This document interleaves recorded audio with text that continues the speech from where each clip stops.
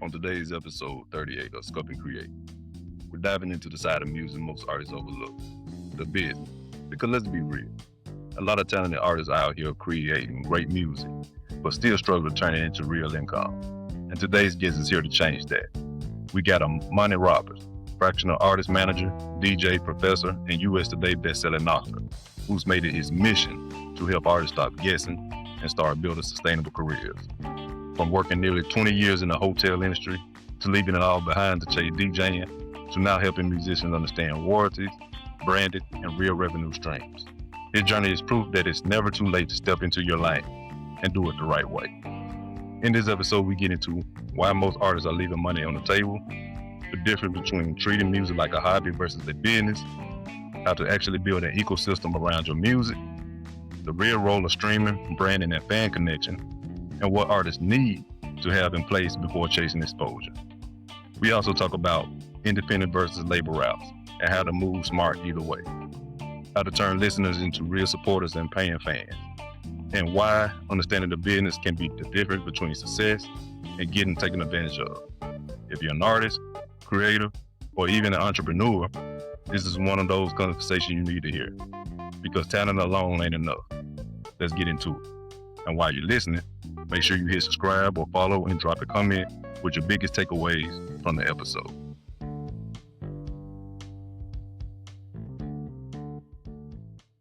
Welcome to Sculpt N Create, where fitness fuels creativity and helping artists, entertainers, and creators on their journey towards physical, personal, and career growth.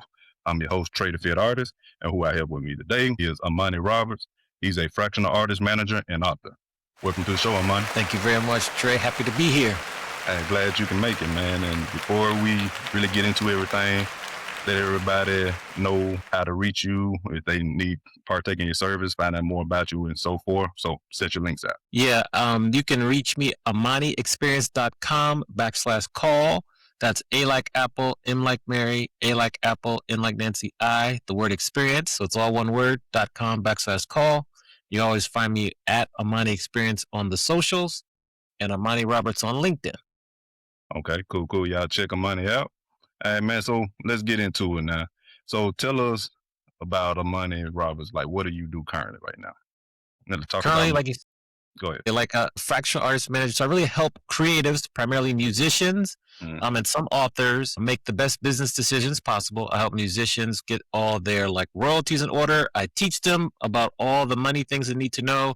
We also work on pitching for playlists, sync opportunities, festivals, kind of appearances.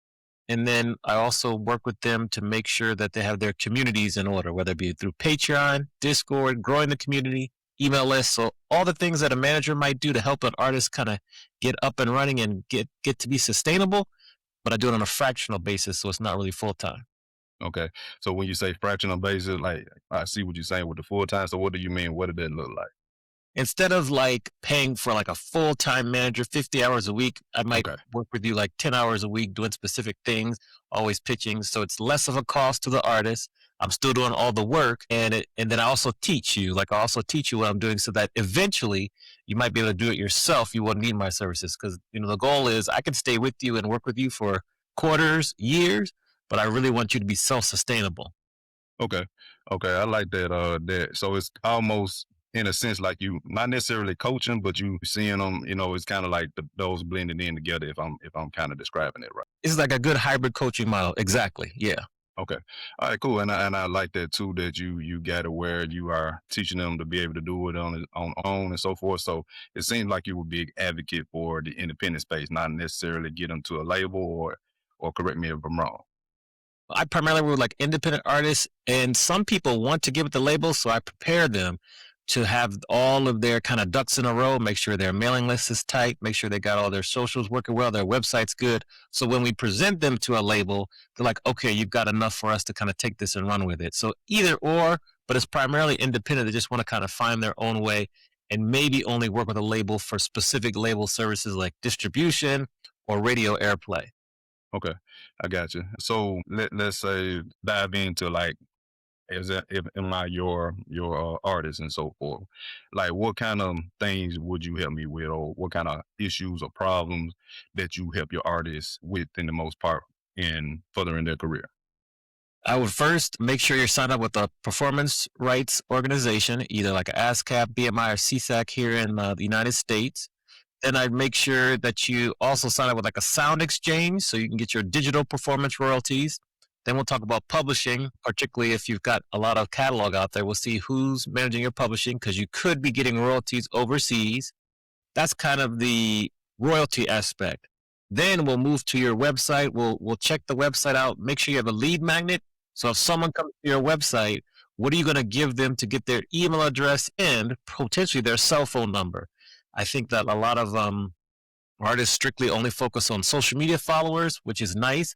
But if you can get someone's email address and cell phone number, then you can create that direct to fan artist platform. So we'll work through that.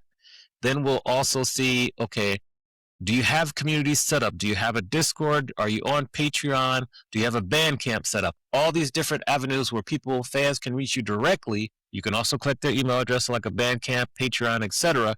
And we'll work on a plan for that. Finally, which is kind of the wild card, we'll see where do you stand in terms of sync opportunities. How can we get some of your music placed in like commercials, TV shows, films, video games, etc. And we'll work through a plan on that. And then we just kind of build your own ecosystem. We'll grow your email list.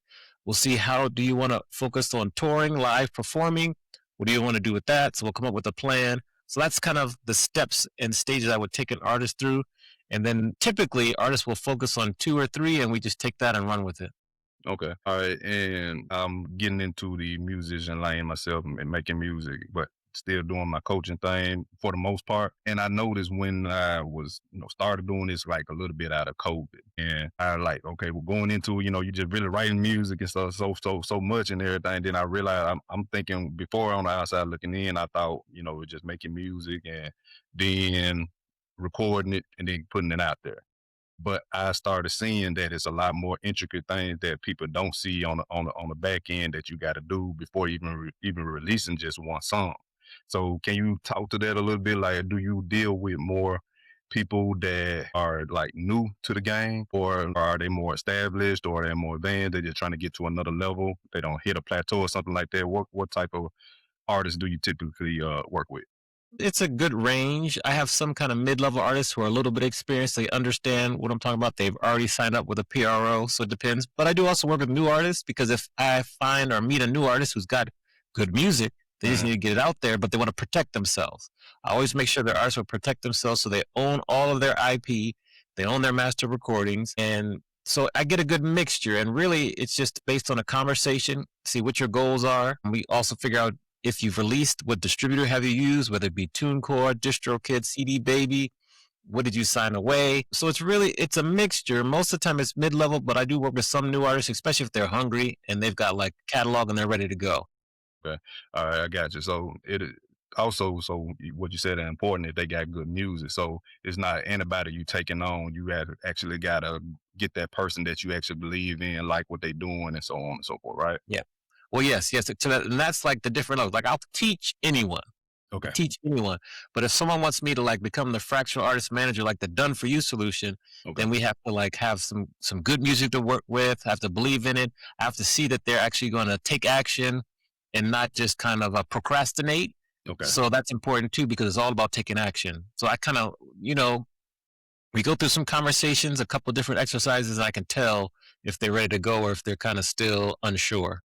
Okay, I got you. And I mean, that makes sense if you are, a manager and so forth. A manager is not going to work with anybody that they can't make no money off of or see them getting to a certain extent. And like you said, if they don't have the work ethic or seriousness to do what they need to do and so forth.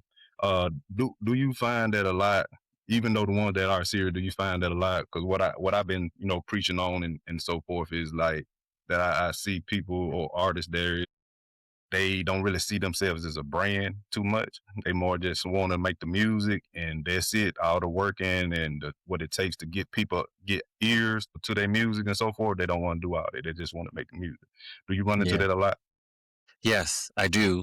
But when you break it down, it's like, look, if you just want to make music, you want to treat it as a hobby, it's going to pay you like a hobby. If you want to treat it like a business, it'll pay you like a business. But it's kind of the world we're in now where everyone is their own brand.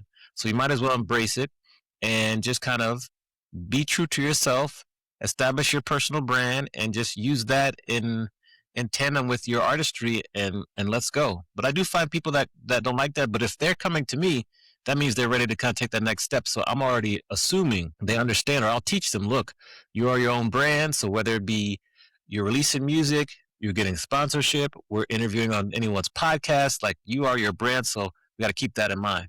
Yeah, and definitely like because I getting into this space and me doing the podcast, I'm doing it kind of like a hybrid between fitness and artistry in a sense. But I did realize that a lot of artists don't, even though you see the mainstream artists doing the podcast and going on radio shows and stuff like that, the ones that independent don't really see the value as much in it as I thought they would, and everything. But it's getting a lot better and everything as I've been progressing in this podcast world. And I think as we go in more, I think they see it a lot more because you got the music artists like what's his name, Mason and Cameron got their show. Mm-hmm. There's other people, what's Fat Joe and what's his name? I'm forgetting his name. Jada Yeah. Kids, they got their own Right. show and stuff like that. So I'm thinking they seeing it more and more into to it. So that's opening their eyes to like, okay, I really like got to get Yes. my my name out there, and what ways do I need to do that? And I Yeah. think that other than the social media, because we look at social media like, man, that's extra work and everything. Because we want to do the work. Of course, what we known for is making music and just being creative. But we don't look at Yeah. the marketing and everything like that is another creative outlet to get to, so we can do more of what we do. I mean, what would you say to that? I would agree. I think nowadays there's so much noise out there and so much content that you have to figure a way to kind of break through the noise. Mm-hmm. Specifically, podcasts. If you can find the right niche of podcast that's like your genre of music, like if you're an R&B podcast, like it might not be 20 or 30,000 viewers, but if you get 500 or 1,000 people that are focused on your genre, that's gold. And I think that's like a good PR strategy just to get out there. You don't have to necessarily create your own podcast. You can just appear on other people's podcasts, but you have to have some sort of PR and media, that you're doing because you got to reach new people and you got to get them into your world and get them to sign up for your email list, follow you on social media, listen to your music, maybe Mm-hmm. become a listener on Spotify, Apple Music, etc. But people aren't going to find you on their own. Like you have to be on podcasts, you have to be performing live, you have to be doing all sorts of things for people to find you, and then you have to cultivate them once you do get them in your ecosystem. Yeah, and I agree wholeheartedly on that. Now, when it comes to like I said, getting that exposure and so forth, and also as you helping them to make money. Now we want the exposure one. We don't want to just be famous and not making any money, and Mm-hmm. everything like that. But with that said, like with us being in social media more now, or it's so many ways that avenues can go down. They don't really need the traditional record label, so to speak. They can like kind of cultivate all that stuff on their own. Might be take a little longer, might be a little bit more harder, but it's definitely doable. But with that said, like, what route should a artist go into? But this is a question I'm asking personally too as Okay. well. You know what I'm saying? What way do should artists go in? Like where you hear all the time now, like more going back into that D2C format, and then other ones, still sticking on with streaming. I'm in a mix of both, but but it's some that's far left, some far right on which way that they should go. And I'm hearing, sync deal is another way to go. You mentioned that earlier. Mm-hmm. So like, what avenues are best for artists to make money, especially an artist that doesn't have any fans yet, just starting out into as well. I think the best ways for artists to make money is you have to kind of get out and perform, like live performances, number one. Number two, you mentioned D2C, so direct to consumer. I think we artists should view streaming as marketing. You're not going to make a lot of money off I streaming. said Like, the same on thing. Spotify, Apple Music, you're not going to get a lot of money. However, put your music up there so people can find you because that's marketing. You do need to create two things, I would say, right off the bat. Get your music up on platform Bandcamp. I love Bandcamp Okay. because you can get your music up on Bandcamp. You can create your own prices, but if people really like you and like your music, they can pay you more. You list an EP for $6.99, but they really like it, they can pay you $15. So you need to have it there, and then that will kind of grow over time. Plus, When they buy either a single from you or they buy a whole EP or album, you get their email address. So it's really good. Then they have Bandcamp Fridays where they take few lower commission or no commission, I think. So you work that system. I also think you need to develop your own direct, like fan to artist, like community or platform, like a Mhm. Patreon. Yeah. Patreon's probably the most common example where people can subscribe to you for $5 a month, 15, 35, whatever prices you set. You give them extra benefits for subscribing to you, whether it be sticker, discount on merch, a monthly Zoom, and you set those prices. And then you just, whenever you're performing live or appearing on a podcast, you say, feel free to listen to my music on the streaming platforms. You can buy it on Bandcamp. You can also buy it on Amazon through your distributor. So you can sign up with like a DistroKid is good, TuneCore. CD Baby is nice, although they just got purchased by UMG, I want to say, Universal Music Group. So Hmm. we're not sure how that's going to land. But people would also buy it on other platforms. But really, the key is to get your music on Bandcamp, get your community, whether it be Patreon. If you're doing a special drop, you can sign up and work with Even. That's another platform that really specializes in like special drops, whether it be album, merch, etc. Those are the top two things I would say to get yourself some revenue. You're performing live, you get your music on Bandcamp, and you create a community like on a Patreon. Those are the three things right off the bat we get started.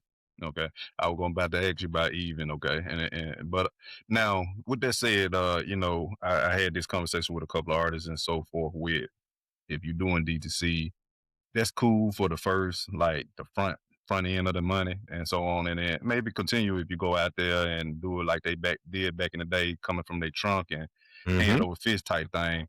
But the thing is with that, like I said, once those fans got your album, they have it. So it's nothing else they can do after this. So like what are you gonna do constantly to re-engage those fans if you have those core fans and Right. super fans if you have those look at have those as well. But with that said, in the sense of when they go into streaming as well, you have where like how are they able to get those? And I agree with you too. I think that's what I was thinking, like that the streaming should be like a marketing Mm-hmm. tool. But the Mm-hmm. thing is with Spotify, they don't give you those metrics of email or who that person like your song or listen to your song, so forth. So how are you able to make that Spotify listener or fan who seen you on Apple Music or heard your music on Apple Music or so forth, how did you get them to convert them to say like a Bandcamp to your website and Yeah. Yeah. overall ecosystem? Yeah, that's a great question. It's very hard. They don't give you any data. They don't give you any email addresses. So you really have to make it easy for people to find you. So they Okay. find you on Spotify. You want to make sure like you have a YouTube. So you have Okay. YouTube and a YouTube will point you to your website. You have all the social platforms, which can be a good bridge to get you there. Once they get on your social platforms, you want to drive them to your Patreon, get them to join your email list, but also promote like, look, if you want 15% off my next album, join my Patreon. If you want to get my new merch that's coming out, get it 2 weeks early, join my Patreon. So you incentivize them to at least give you their email address so they can get on the list to get discount coupons, early access. Look, if you want to see behind the scenes footage of me working on my next album or at a show, come on over to my Patreon, sign up for my email list. So use Spotify because Spotify will let you put links to how people can reach you on there. I put it at the end of every YouTube video. So for everything that's on Spotify, you create a similar either a video or just a thumbnail with the music behind it on YouTube with instructions on how people reach you. So you always want to drive people back to your website and then get them to your Patreon. So you can use Spotify as like make a little hub there and get them to another landing page. Some artists use Linktree and then you can have all your links right there. But just try to get people from Spotify to that. That's what I would do is just incentivize them. Tell them, look, if you want to hear this early, come to this website and you can get all these benefits. So I understand how people it's harder to get people from a Spotify or Apple Music or Deezer or Tidal to your website, but it's possible. You just have to make a concerted effort. Yeah. And I think it goes back to what we were saying too. You got to be omnipresent in a way where you got all those, just not Spotify or all these streaming platforms. It takes every little avenue that you can get them or every pocket that you can get them in. So not only face to face, not only streaming, but also on social media. So you making a video of your song and putting that out and doing some content around your song and so on so forth and putting that out so more and more people can give that know, like, and trust factor of you, and then want to know who you are, and then seeing more about you, and then he do music, and this is song, and like they'll go dive more and more into who you are, and then turning out becoming a fan. Would you Yeah, agree? I would agree. I'd also think like, and I know people think websites are kind of old and it's like Yeah, passe, but I feel the same. you But see, go you ahead. feel the same, Yeah, and nowadays, if you're searching for something or somebody, you might use Google. right. But what's changing is that a lot of people are using AI, whether it be ChatGPT, Gemini, Claude, to look up and tell me who's the hottest hip hop artist from Mississippi. And very soon, ChatGPT, the whole concept of that large language model is going to be how people find you, and they're scraping off of people's websites, if people are talking about you on Reddit. I Okay. think Reddit, I was talking about this with a colleague of mine, and that's kind of a hidden gem where if you can be authentic and not just go on selling, you can get some really good fans, demand, attention if you work Reddit the right way. That's a hidden gem there. So I just think that you can't discount websites because you need at least a landing page, because that's what ChatGPT, those models are crawling to get information. And very soon, that's going to be the number one way people search and find things. It's not going to be Google. Okay. Okay. I agree on that. I agree with you on the point that ChatGPT, because I use it as well, and it's really like it's utilizing the internet as a whole. So you basically talking with. So you basically, like, you, instead of you just typing in a couple of phrases on Google to find something, you actually speaking to ChatGPT, and then they find it, and then turn it out to a more, I would say, palatable way for you to digest that information and everything, and going forward with whatever it is that you need an answer to. Now with that website, I have a website as well, but my thing was with it is like they people wanna, if they gonna take you seriously, they don't take too many people seriously if they don't see a website. But my thing is, even though you got the website, they don't go past the first page. So like, what's the that was my thing. Like, what is the what's the big deal if they not gonna go past the first page to see everything and so forth? So that was my Mm-hmm. approach to it. I have the website just for that, and everything. I got other pages on it, but my thing was like, just so they can know I'm serious about this. But like, websites take a lot of work too. You got to constantly update it. Certain things change, and you got to switch stuff around and to make it inviting. So you don't really know the metrics of how people are looking on website versus how they do on social media. So it's a different language for that. So it just I had kind of strayed off of it for a while, but like I said, I still had one. But I had a link tree using that as the like a mini web. Well, it's not a link tree, but it's sort of like link tree, link app that is, and Yeah. um I was using that more so like a landing page slash mini website. I'm like, 'cause that's usually what I see all the artists doing anyway. Like you said, is having a link tree and so forth. But now, with that said, my fitness business is a website. So, like, what would they need for their website then? Like for artists to, like, what would need to be included so people can know more about them, and then they can also Mm-hmm. get that information.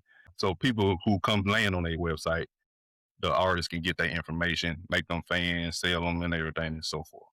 Well, so you need, first of all, pictures, photos of you as an artist, information, a bio, videos of you performing, so that Okay. because remember, if you're applying to be in a festival or you want to play at a venue, they're going to research you. They're going to look for your website, see if they can see videos of you performing, learn information about you. Also, you need to have the lead magnet. So after 4 or 5 seconds, some kind of pop up that says, "Look, if you want to get my latest track a week early, or you want to get an acoustic version of one of my songs, sign up for my my website or my mailing list. Excuse me. I'll send it right to you." So you got to think about, it's not only the fans that are coming to your website, but it's also people who can hire you, people who are managing the venues, people who are managing festivals. They're going to research you. They're going to look for a website, and it can only be a page. It doesn't need to be long, but you need to have something there that's substantial, something that you can collect email addresses for. You need to have your contact phone number and email address visible. Now, you don't need to put your real phone number, but get a Google Voice number. Also, if, like, say, your name is Jim the hip hop artist, you need to get jimthehiphopartist.com. You can't be emailing people with a Gmail address and expect them to take you 100% seriously. Like if you want to get full rate, you need to have your, Jim, info at jimthehiphopartist.com, because then people will say, okay, not only does he have a website, he's got the domain name too. Mm-hmm. And it's like psychological, but people will take you more seriously than if you're just emailing from a Gmail address. People get mad at me all the time for saying this, but it's true. And people say it all the time, especially if you're going to apply to get your music into a movie or commercial. They need to know that you're serious about this. And if you're serious, get the domain name. Sacrifice 2 or 3 cups of coffee at Starbucks a year and get the domain and work it. Like, I get into not arguments, but people disagree on this, but it's true. People have said it, and it's a necessity. Then you get jimthehiphopartist.com and build your landing page and go. But if you want to be taken seriously, you have to do some of these things. Yeah. And the reason why I'm laughing too, because I understand when you said that, I understand it as well. I was doing something. I forgot what it was, but I was talking to somebody, and I think he was dealing with like some form of marketing, and he noticed I had a Gmail. It wasn't that something that I was like privy to. He said, man, he said, man, go on, get you a domain to your thing and get a business email and everything. Like he said, I'm like, man, I ain't understanding it at the time, but I see what he's saying. He like, cause he said now to the business is like it's not really needed, but to the outside person, they Yes. looking for it, Yes. and everything. They take you serious, and then it's the security stuff, so they feel secure doing business with you and stuff like that. So Yeah. he said, yeah, on the business side, yeah, you don't need the security thing, but they do. So so that's when I did. I had it ever since though. So yeah, so I get that. I don't think that, let's say, that goes to the point where we don't look. I feel like a lot of artists don't think that that they're selling as a brand. And me, as myself, for as business, I always gotta constantly think about not as a consumer, but like how would I do this in business wise? What do I want my business to look like? I think constantly thinking about that will help you to get onto help you to like constantly, shift around and mold yourself into what you need to be and people to perceive you as and stuff like that. So you can get those fans, so you can get the business and clientele and so on and so forth. Would you agree, or what's your stance? Yeah, on like that? if you want to get paid in this industry, you need to treat it like a business. It's called the music business for a reason. And you can't take any shortcuts. Like, that's something simple. And I just think that, remember, you're trying to attract the fans, but you really want to attract the opportunities where you can meet more fans. And a lot of those opportunities are gated by people who are going to hire you. Venue owners, festival owners, even people that work in the industry, sync agents, like, they need to take you seriously. So if you want to get paid, and if you treat this like a business, it'll pay you like a business. Don't treat if you treat it like a hobby, it'll pay you like a hobby. And most hobbies you don't get paid for. Yeah, definitely. Okay, so let's go back into the past. Like what got you into this work? Like, how did this all start? And you getting into the music industry and becoming a manager and so forth. Like, so let's take us back a little bit from back then to now. So I've been a DJ now for almost 20 years. I'm DJ all over the world. Okay. And just coming up, I grew my own DJ business from just, doing stuff for free to, getting decent money and working on different kinds of people. Then I became a professor. So I was teaching the music business and entertainment and hospitality to college students. Then I went to get my master's degree at Berklee College of Music.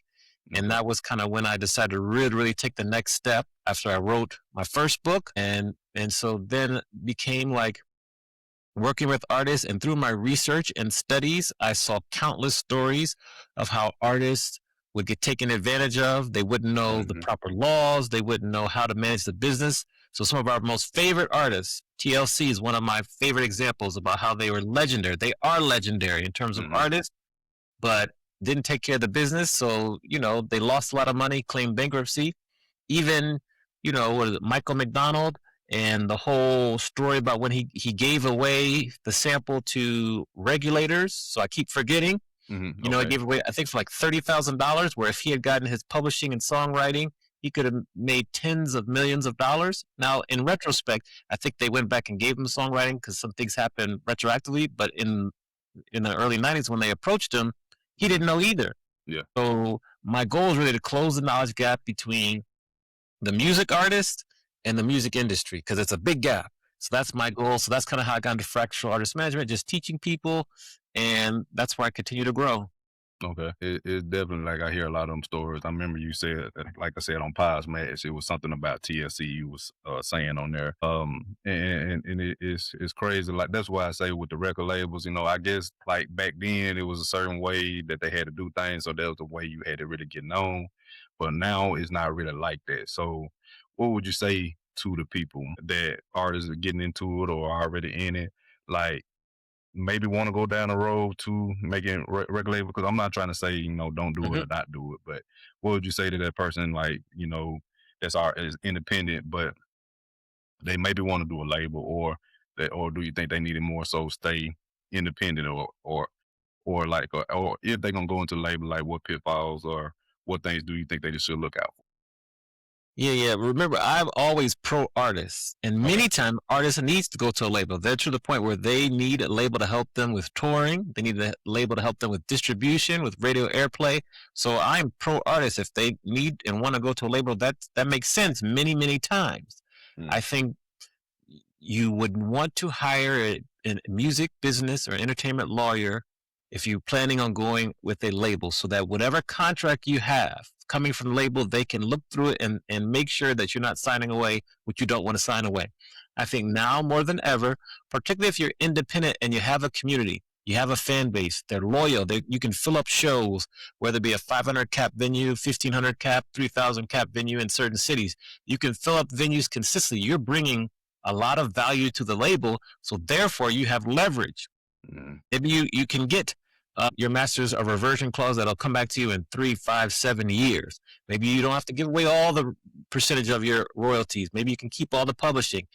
When you're coming to a label as an independent artist, you may have some leverage that will allow I was you gonna to say that. negotiate. Yeah. And so just make sure you know your worth so that you can go in and you feel comfortable saying, you know what, this might not be a good fit with you. Now more than ever, labels are being flexible and working with artists in terms of what the terms of the contract are. Now, of course, they're investing in you. They might give you an advance and they might have some expectations to recoup and earn back that advance.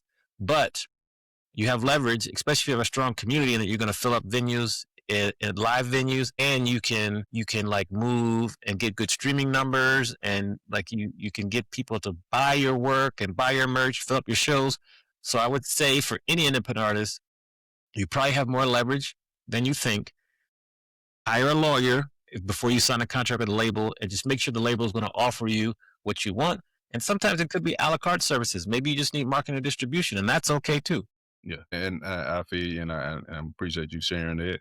And I always being in business, I understand the music business to a degree in certain instances when you look at it like if that was me, and everything like how I would do it, stuff like that.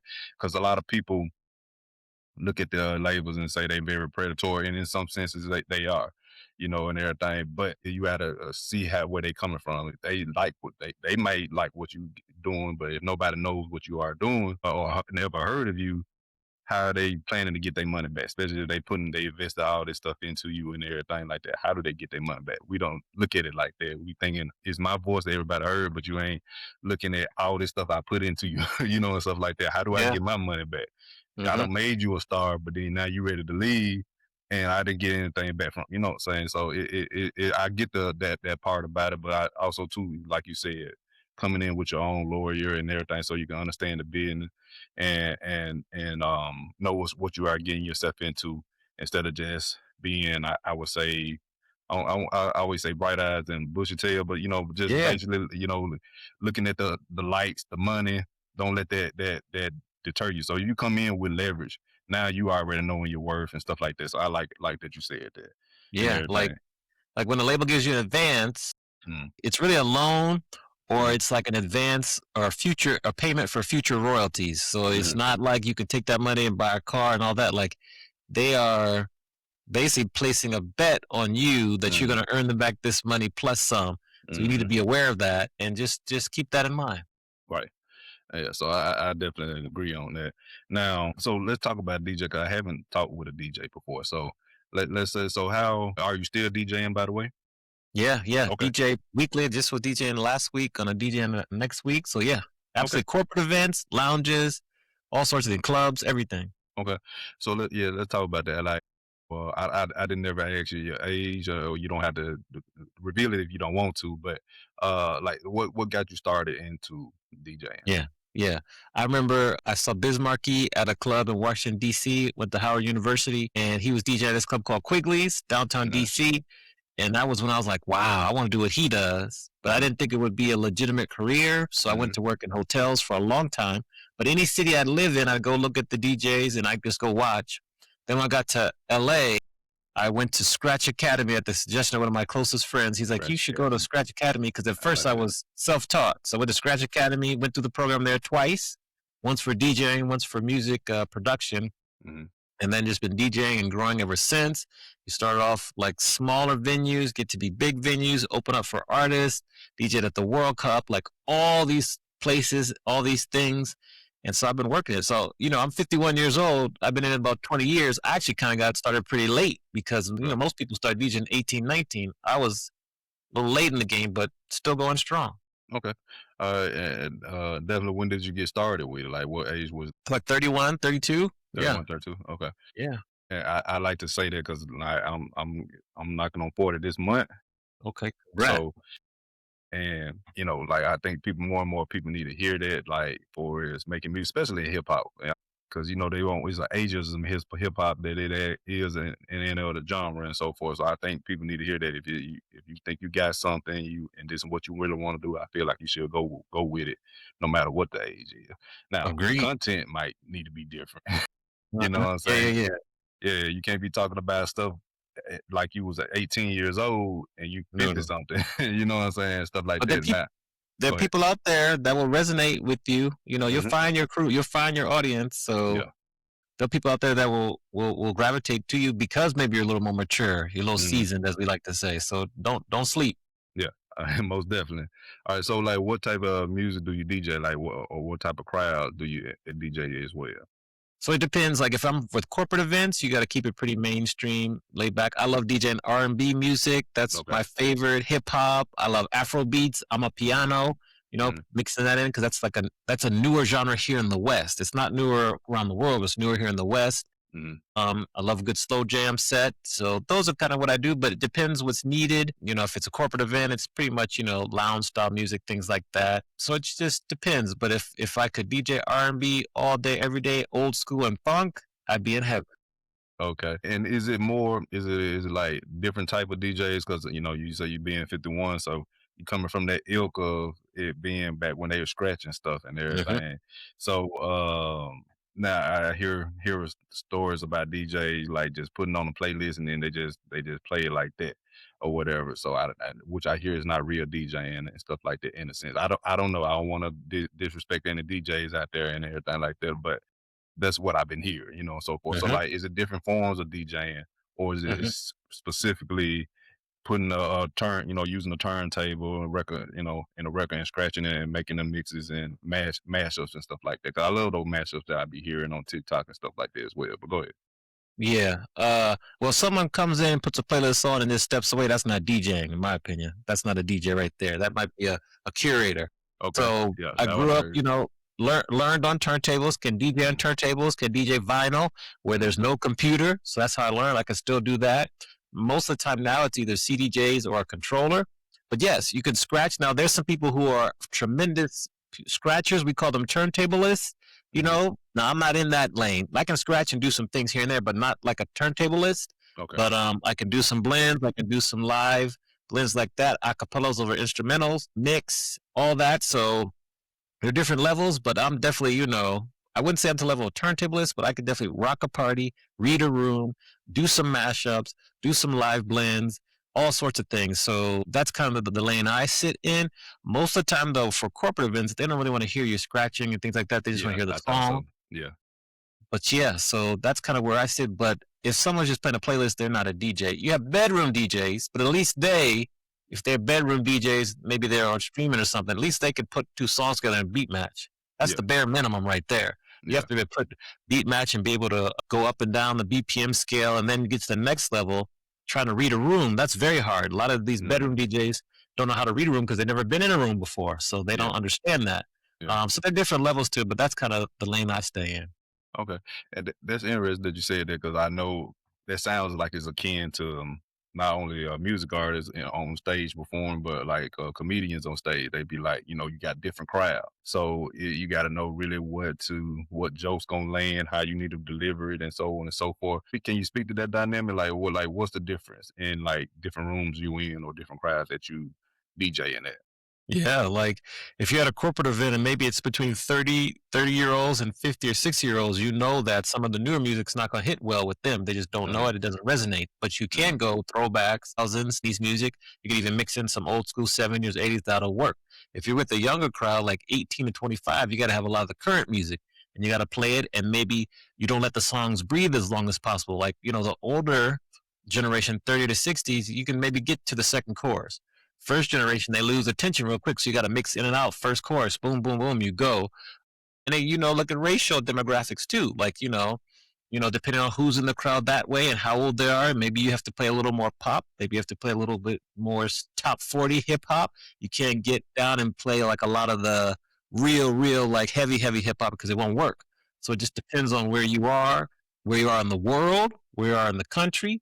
Because some songs will resonate more in the South, than maybe up in the Northeast or the West Coast. So that also depends. If you're in Canada, maybe you don't play as much Kendrick as you might play in LA, Yeah, yeah. things like that. So it's just Okay, but no two rooms are ever the same, okay. because even if you're at the same place, the same club, there's different people there who are feeling a different way than they were last week, who have experienced different things. So there's no two rooms that are ever the same. Okay. So you really got to have a broad range of music that basically. Can't just like be just so niche down to what you like. You got to have a broad range of music that and be able to play. Would you say or no? No, absolutely, yes. And you got to remember, you have to have a broad range of music, a deep library. You also have to remember that it's really not about you; it's Yeah, about them. yeah, So you got to kind of check your ego. We all learn that through different ways, though it can be hard learning. But I'd still think a DJ, like, I like it if three songs for them, one song for me.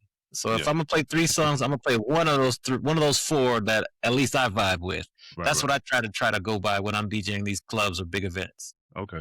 Okay. Cool. Yeah. I just like I said, you don't hear about the DJ as much as much as you would need to. 'Cause, I mean, that's part. I ain't gonna just say that's part of hip hop. It's really that's a core of hip hop, but Hmm. it's really in other genres too as well. And everything. So it's just not tied to that. But I know that was a big part of hip hop back then. So I go back into that. Okay, I just like I said that was interesting to hear and everything like that. I see DJ Jazzy Jeff still doing it, and Yeah. everything like that, and maybe not a lot of folks know about him, but he was saying something about man, like he don't go out anymore, Hmm. and like a lot of folks maybe not hearing you, so he started putting his stuff on social media. And I think he told was it Cool Herc? Is there another DJ? Hmm. Am I right? Hmm. Okay, yeah. So yeah, he was telling Cool Herc, man. He said, man, thinking about like how many people who used to love your DJ, used to listen to you DJing back in the day, and still would like to hear you do that and everything. And he was saying that's a way to do it. Yeah. So Yeah. maybe those same folks maybe not going out, but they are on social media or some kind of platform, and they can hear you that way, like through streaming Yeah. and Absolutely. everything. Like Jazzy Jeff, he's like the gold standard. Right. He's the gold standard. That's what we all aspire to be. He's really active on like Twitch, Hmm. because especially during the pandemic, he was on Twitch, and I see him there a lot. So he still has his show there once or twice a week, and that's where you can go and watch him. He brings in other DJs to perform with them. Okay. He has this retreat that he does, which is kind of, I think it's over the summer. That's very sought after. DJs love to get invitations. So he's the gold standard. He's the one we all aspire to be like. Okay. Yeah, definitely, man. Like I said, the fact that he's still doing it from then to now, it speaks precedence on how much he He's a loved that legend. craft. Yeah. Uh huh. Yeah. He's a Yeah. legend. Oh yeah, definitely.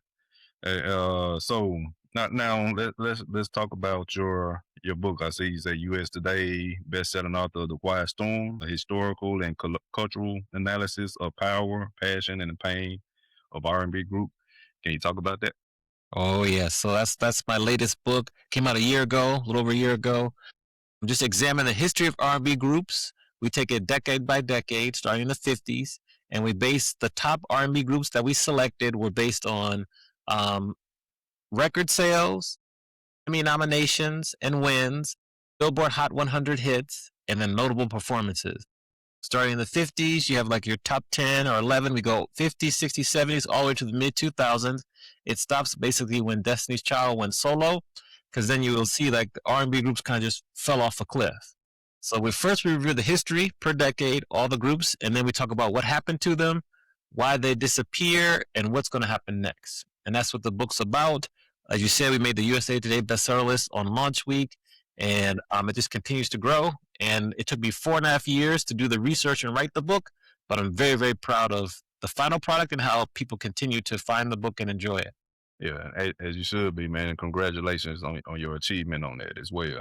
So, um, basically, like you said, you're just breaking down, and then that's another thing we can talk about R&B groups and stuff like that. Or just R&B in the whole. Like, what do you think? We still gonna get into your more in the book. Like, what would you like? Basically, you were saying like what happened to him and everything, and like what the trajectory of what happened Mhm. then to him now. Or what would you say? What went on with that? If you want to kind of delve into the book without giving it all away. Yeah, yeah, I won't give it all away. You know, there were so 5 or 6 really monumental shifts in the record industry and in the world. The ones I'll highlight that really people don't realize that were happening, it was like hidden in plain sight. It's like the Telecommunications Act of 1996. That was supposed to diversify radio. But what happened is that you had these 3 big companies, iHeartRadio, Town Square Media, and Cumulus Media. They bought up all the radio stations across the country. By doing that, they also set radios and went to a more playlisting format. So if you're in Atlanta, you in DC, where I'm from, you in Chicago, you in LA, for the most part, for most radio stations, you're going to hear the same set of 10 or 15 songs per hour. It gave very little opportunity for local acts, groups, and singer acts to get their songs on the radio. Whereas before this was signed, you would have a lot of local acts have more time and airplay on the radio. You know, TLC came from Atlanta, Destiny's Child from Houston, Boyz II Men from Philly. All these acts and groups that were part of their cities that would get big in the city first. Shy is one of my favorite examples from DC. They're on a program called DC Home Jams, 95.5 WPGC. That's how they first got played. But when you go to playlisting format, that goes away. Number 2, if you remember growing up, you're still of age. You remember Jet Yeah. Magazine, Essence Magazine, Ebony Magazine, Vibe Magazine. They were very big, big platforms for R&B groups. All of those magazines have gone away in print format, except for Essence, which now comes out I think every quarter. So that was earned PR for groups that just goes away. At its peak, it was maybe 8, almost 9 million monthly subscribers. When that goes away, you know, R&B groups are less front of mind, so that really hurt. So losing all those magazines really hurt that specific genre. That would be number 2. Then, if you remember growing up, we had local independent record stores. You know, I think at the most, like when I did the research in like 2001, I think there was over Mm, 8,100 in the United States. As of 2023, there were less than 2,000. So the record stores where you would go to meet and greets, yeah. you would go, used to be every Tuesday to get your new CDs, your new albums. Those go away. That's additional opportunities for us to experience R&B music, R&B groups. And I think that the genre as a whole has just not taken, it's just, that has set the genre as a whole a little bit behind when it comes to the group specifically. Now, R&B Okay. music is still alive and well. It's still Okay. doing well. It's just, it's not on mainstream radio as much as it used to be. And that's a challenge. So those are kind of a couple of reasons. In addition to like money, it's Mm, cheaper for individual acts in terms of groups yeah. to be on the radio and be performing and be produced in groups. But you'll see groups are struggling in every genre. Pop, Yeah. country. Well, country does a little better, but rock and R&B are very synonymous with their struggles. So that just gives you a little bit of background in terms of the research and the results of what was in the book and kind of what we're witnessing in real time. Okay. Yeah. So, now some people would say that R&B just as well, kind of grouped in with our hip hop, is dead nowadays. Oh no. Oh no. What do you say to that? I say absolutely not. If you listen to any popular song, Hmm. most likely most of the song is sampling either an R&B song specifically, or if you look at K-pop, which is very, very popular around the world, Yeah. I always say this example. You look at like a Blackpink, where they're following the TLC format. Look at Blackpink, look at their videos, look at the songs they make. That's the TLC playbook. If you look at BTS, I they just heard came out that. with a new album, just setting more records. They're Mhm. following the New Edition playbook, Okay. like their videos, how the group works. So my challenge, and I say we, when I say we, I'm talking about R&B, the genre groups. What can we learn from K-pop? Because they're doing something right, because they're selling out stadiums, Hmm. they're selling out albums. So obviously the group concept works. How can we adjust or learn to maybe get back to that point and use the example that K-pop is currently setting for us? But R&B not dead. That's why I have a Hmm. book, and I have a section in every group in the book. I share my favorite 3 samples from each group, starting in the 50s all the way to the 2000s, because these acts of today are sampling R&B groups, R&B music of the past, so it's alive and well. Yeah, I agree. Yeah, I agree about hip hop is alive too as well. It may be, how the mainstream, has it looking in a sense, but I believe, is it is like I said, that's just one scope of it. The independent artists, well, they flourishing on both genres. I feel, and so forth. Now, what are you talking about this in your book where you say like what you think it what would help the Mm. R&B groups, per se. If not, what I'm saying, if you already, like I said again, you ain't got to give it away. But I'm saying, is this something that you discuss in the book? I talk about it. I talk about the digital divide. I talk about maybe being first to embrace some of these trends that are happening. I think I mentioned I'll talk about K-pop and how we should look to them as like the Hmm. modern day example and follow that what they're talking about. I also discuss an idea I have where I think for groups to come back, it's probably in reverse. Let's look at like Anderson .Paak and Bruno Mars and Silk Yeah. Sonic. Hmm. Like they were Okay. That's a successful good as example. solo artists, but then they came together as a group. I have a dream, like a Leela James, like a SZA, a her, a Kehlani forms a 4-person group, and they sing together and kind of create a few albums, 2 or 3 albums, and then they go back and be single again. I think that could be a way for groups specifically to come back. And I think it could work. Let's just see if it happens. But I do discuss that. I share some information, and things are changing so fast. Let's see. Like we have the group that got nominated for a Grammy, Flow. That's a good sign. Okay. R&B group straight up, I think from the UK. They got nominated for a Grammy, so we just need more. Yeah.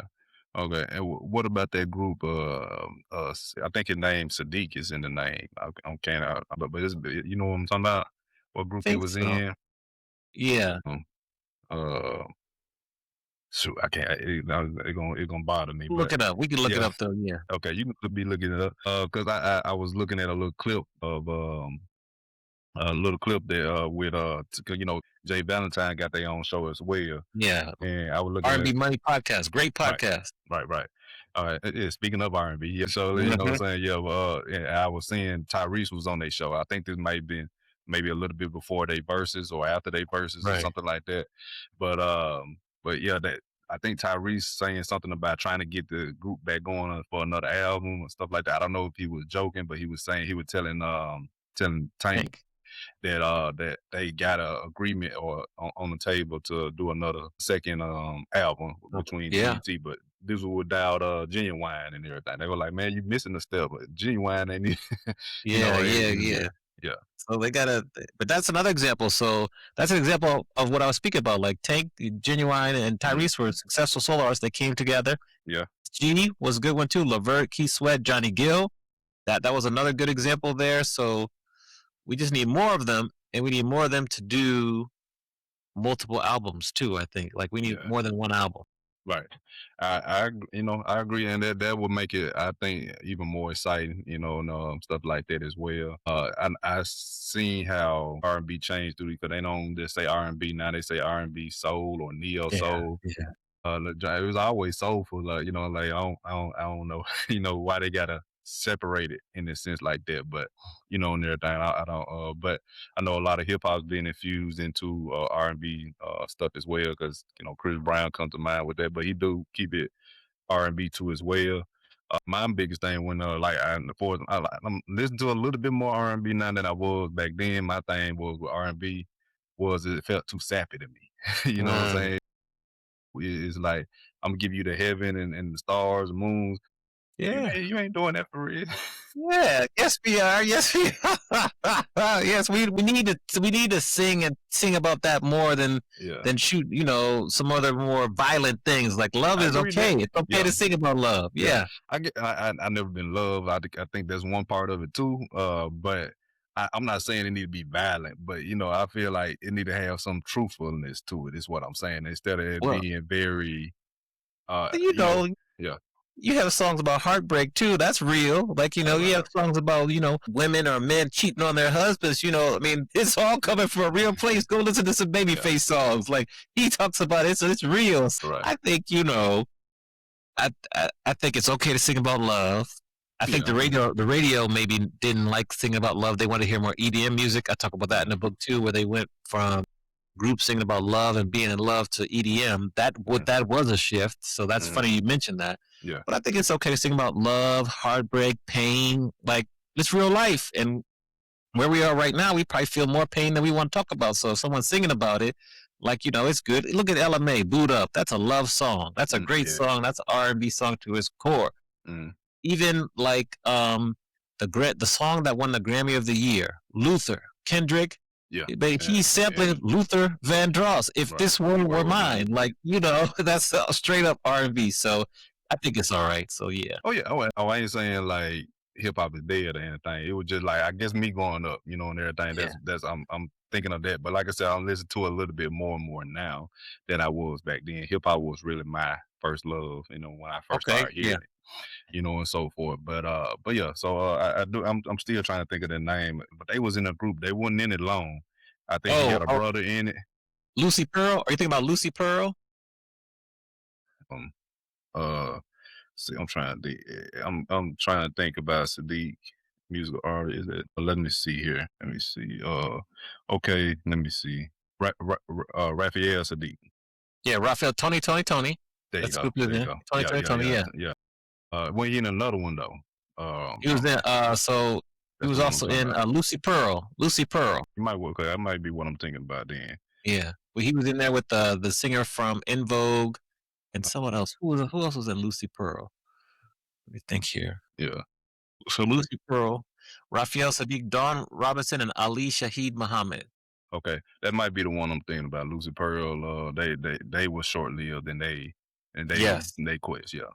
yes, And stuff like that. I forgot what we were talking about on it, but I had to think of the name and so forth. But yeah, it was something we were talking about why I had mentioned him though. yeah, yeah, But yeah, but that that was a like you said, super artists getting together and clicking up. They're definitely putting their power together, hmm, and being a in the sense of Avengers for a particular album or yes, two and stuff like that. So I do like yes, that idea. yes. And We need everything. more than one album though. Give us two or three. Yeah. Yeah, Now, do you think they could survive? Like I said, it's so many reasons. Even with hip hop artists, groups and stuff like that, they don't like live. They are short lived. Do you think yeah, they can survive more than two or three albums and stuff like that, or the individualities kind of yeah, mess that yeah. up? That's a good question. I think if you get the right people together that are secure enough to, step to the front, step to the back, I think it'll work. But you do have to get the right individual artists that are doing well to come together. I remember I saw it was her and Jasmine Sullivan, and they have a song together. Like they should do a whole album. And Yeah. I think they're the right temperament that can work together. Mm, I think if you have because when you look at Silk Sonic, like they had creative differences. That's why they yeah. haven't really created another album. Now they're going on tour together, so that'll be interesting. Yeah. But I'm trying to think about a male artist like a Luke James and like a Tank or something that would be Yeah. good. Even Babyface back in the day, he was with the Deal, maybe, and he's a good songwriter, so he could collab with a couple of artists and they could work well. I think if you get the right people who understand the assignment and are able to kind of control their egos, because we all have big egos. It can work. It just has to be the right people. So that would take a little bit of like conversation, spending time together. Yeah. I think it can work. Yeah. I think it could work. We have to get the right people. So you can't just pick anyone. So that's a really good point. Yeah. Yeah, definitely. I mean, yeah, like I said, just can't be anybody. Just can't just put up make up like making a band like Yeah, Diddy was no. doing. It can't be nothing like that. You see, that didn't work. You see how long they lasted. Yeah. It didn't work. There was Right. issues. There was fighting. Like, no, because if you look at history, most of the successful R&B groups in history, they grew up together or they were in the church together. Those are the two commonalities. They either came from the same era and they were part of different bands and joined together, or they were in the church together. Like New Edition, they were from Boston together. They were a group. Jodeci. Jodeci was two different kind of KC. It was Little Joe, the Haleys. They kind of came together, but they were from the same area in North Carolina, I want to say. Like, you look at the Supremes from like the Detroit area, they came together. Like, some of the most successful groups were like, they grew up high school, middle school, college was like shy, or they grew up in the church together. Nowadays, that it doesn't happen that way. It just doesn't happen that way. You can't force it. You can't just create a show and have them go together and have it work for a long period of time. It's very rare. A lot of groups grew up with family members together. Your family members together, and then you have the group, and you maybe add on a couple friends or cousins. So that was the formula for success back in the day. That's why groups stayed together so long.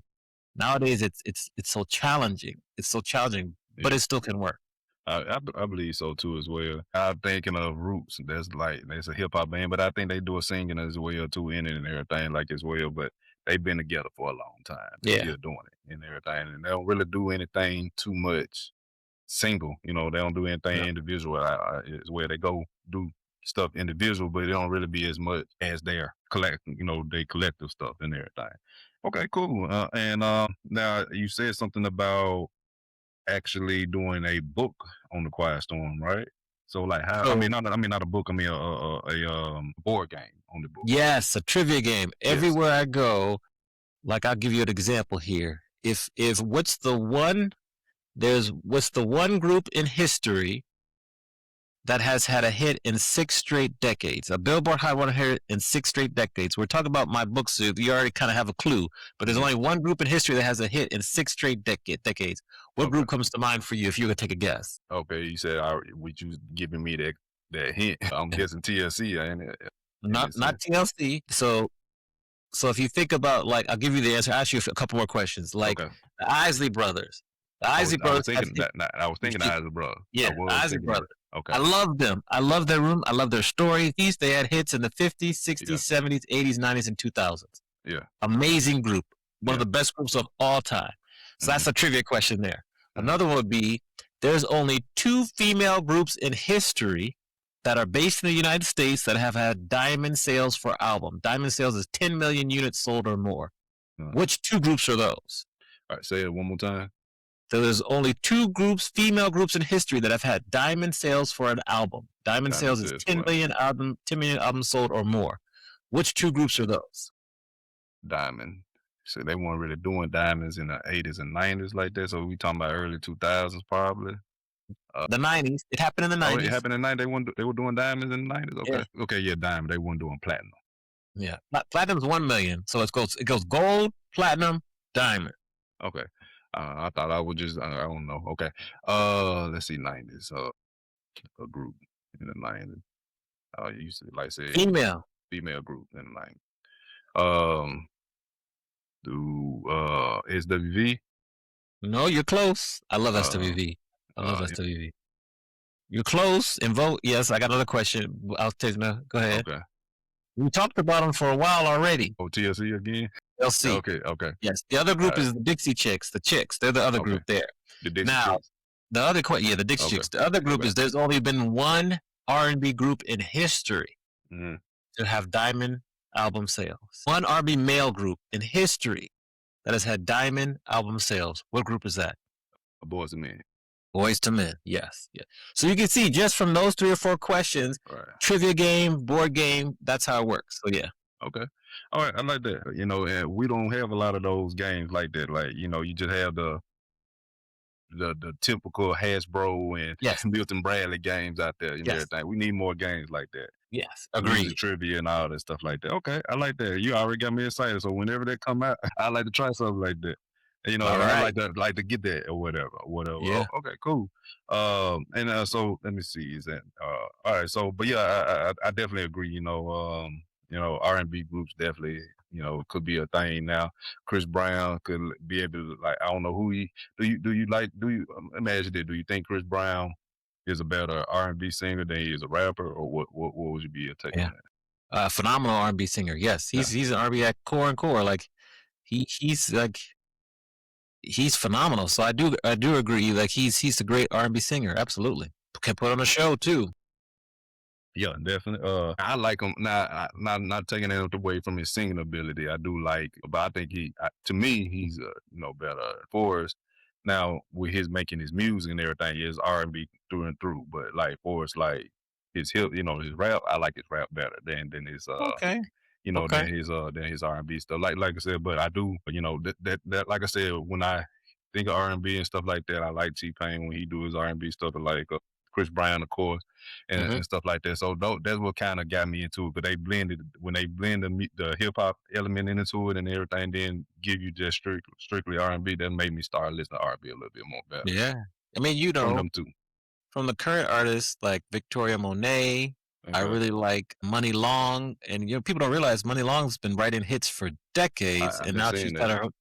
got Yeah. her solo career popping off. Like she's good. Mm-hmm. Like I mentioned, Luke James, Mm-hmm. phenomenal singers. Like Yeah, Neo. there's plenty of artists out there. We just got to get them into even more of the mainstream. Yeah, that would be the thing because a lot of songwriters that Yeah. could have that shine. Neo is another one that comes to mind Yeah. when you think about that. Yeah. Yeah. Okay. Okay. So like, is there anything that I don't want to take up too much of your time, but is there anything else that we haven't discussed that you would like to talk about? No, if there's anyone listening, because you mentioned this early on, I'll just reiterate, that's an artist that wants to talk, or has questions and, is looking to really elevate their career, just go to amaniexperience.com/call, reach out to me, we can have a conversation. I'm sure you have lots of artists in your audience that have heard this, like, you know what, I'm independent, I need to step it up because maybe I want to get to a label or maybe I want to monetize my artwork even more. And that's the main thing. Like that's who I'm looking to meet and talk to. And I appreciate you giving me your platform to share my expertise Oh with.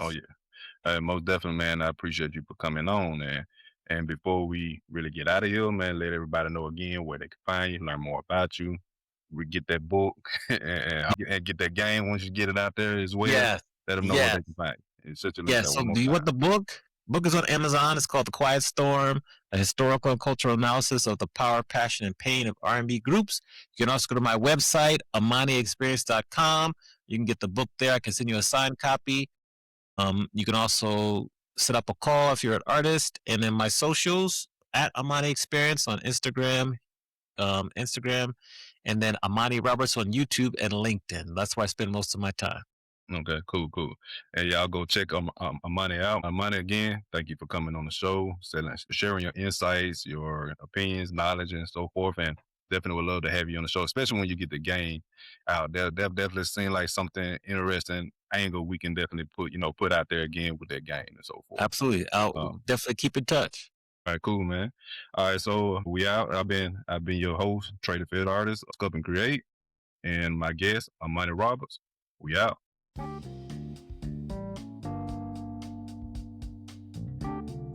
Thank you for tuning in to this episode. If you enjoyed it, be sure to follow us on social media and subscribe to the show wherever you listen to podcasts so you never miss an episode.